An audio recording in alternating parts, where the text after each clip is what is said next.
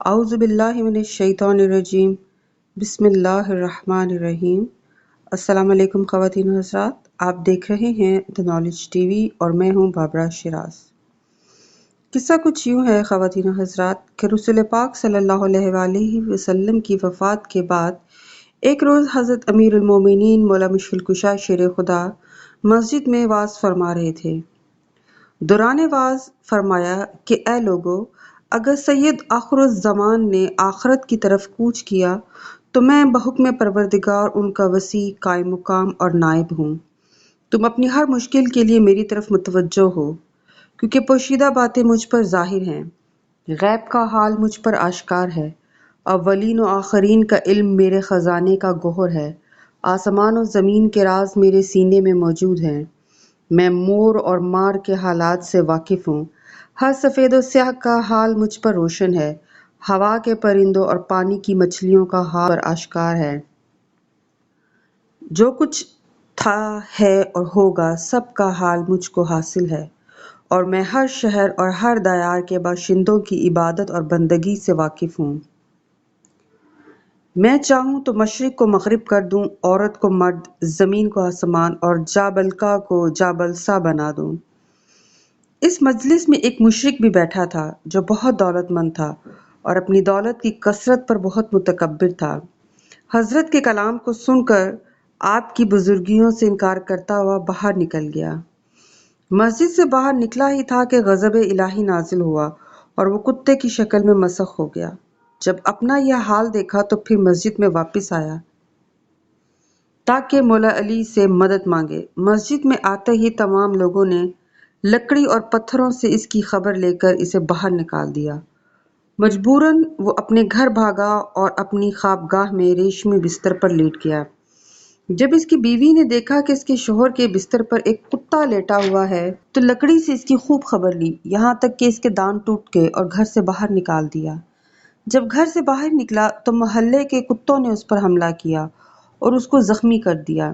مجبور ہو کر اس نے جنگل کا رخ کیا اور بر مجنوں پہنچ کر قیام کیا اور 7 سال اس جنگل میں سرگردان پھرتا رہا۔ جب اس کے قبیلے کے لوگوں کو اس کے مسخ ہو جانے کی اطلاع ملی تو انہوں نے اس کی تلاش شروع کی، اور جب کہیں اس کا کوئی نشان نہ ملا تو یہ سمجھ کر خاموش ہو گئے کہ کسی نے اس کو مار ڈالا۔ اس کی بیوی ایک با ایمان اور محمد و آل محمد کے محبوں سے تھی، اپنے شوہر کے ماتم میں سیاہ پوش ہو گئی اور اس طرح 7 سال گزار دیے۔ اس کے بعد ایک مرتبہ حضرت امیر المومنین مولا علی مشکل کشا کی خدمت میں حاضر ہو کر اپنا پورا واقعہ سنا کر رونے لگی۔ حضرت نے فرمایا، تیرا شوہر زندہ ہے مگر نہایت بدحال اور پریشان ہے، گھر جا اور کچھ کھانا تیار کر اور اپنے چند محرموں کے ساتھ بر مجنوں لے جا۔ 2 فرسخ راستہ طے کرنے کے بعد بائیں جانب ایک ٹیلہ نظر آئے گا، اس کے قریب ہی اپنے شوہر کو تلاش کر۔ اور یہ سنتے ہی اس عورت نے گھر جا کر کئی اقسام کے کھانے تیار کیے اور بر مجنوں کی راہ لی اور اپنے شوہر کی کو تلاش کرنا شروع کیا۔ تھوڑی دیر کے بعد ایک کتا نظر آیا جو اس قدر ضعیف اور کمزور تھا کہ ٹیلے پر چڑھنے کے قابل نہ تھا۔ عورت نے اس پر رحم کھا کر کچھ روٹی اور حلوہ اس کے سامنے رکھا، مگر وہ کمزوری کے باعث کھا نہ سکا۔ پھر پانی کا ایک پیالہ اس کتے کے سامنے رکھا۔ جب اس کتے نے پانی پینے کا ارادہ کیا تو ایک سیاہ خاک پیالے میں نمودار ہوئی۔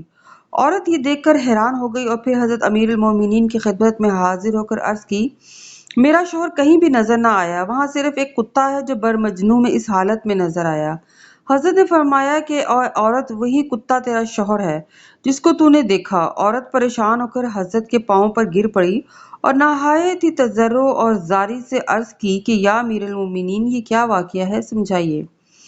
حضرت نے فرمایا، تیرا شوہر مشرک تھا، اس نے خدا اور مصطفیٰ سے دشمنی کی اور میری ولایت میں شک کیا تھا، اس لیے خدا نے اس کو کتے کی شکل میں مسخ کر دیا۔